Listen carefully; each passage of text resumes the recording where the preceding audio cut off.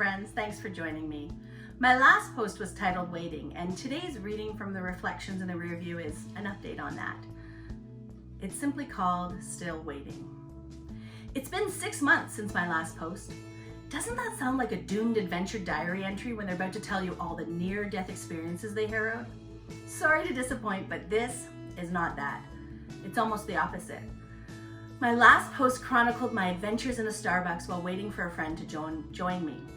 I likened my no-show experience to this desert-like season of waiting for God to direct me to my next, to show me an open door to walk through. Then the country went into its second lockdown. Literal doors were closing everywhere.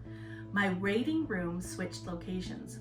After 2 weeks of self-isolating, I flew home to physically distance myself from my folks for 2 weeks before I acclimated to their cohort for Christmas. So much needed love and affection from my mom and dad were just what I needed after months of this neutral zone I call life. Yes, it was good to be surrounded by 2 people who love me unconditionally and who first introduced me to Jesus, but it still didn't change the fact that I was in this waiting period. I just switched waiting rooms.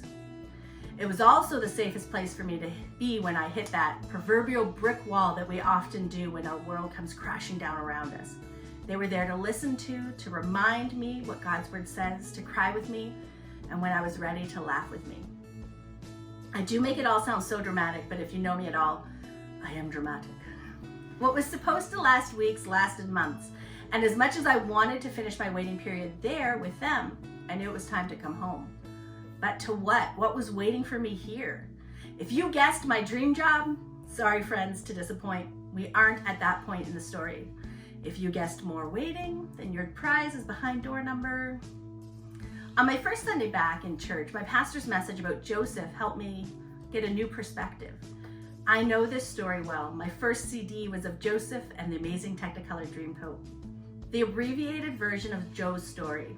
He bugged his brothers to the point where they threw him in a pit, right before they sold him as a slave. As a slave, he worked hard until his boss's wife falsely accused him and got him thrown in jail.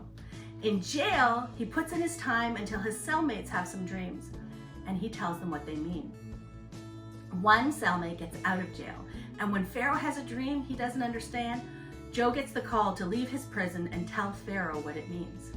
Joe gets hired on the spot, lives in the palace, saves the country from famine, including those brothers who threw him in the pit. I've heard this story too many times to count, but this time something new struck me. Joseph didn't settle when he was in the pit or in the prison. He allowed them to be his pathway to the palace. I have no idea what my metaphorical palace will look like, but I'm working now to prepare myself for when it comes. I may be in the waiting room, but I'm not just waiting. I'm working while I wait.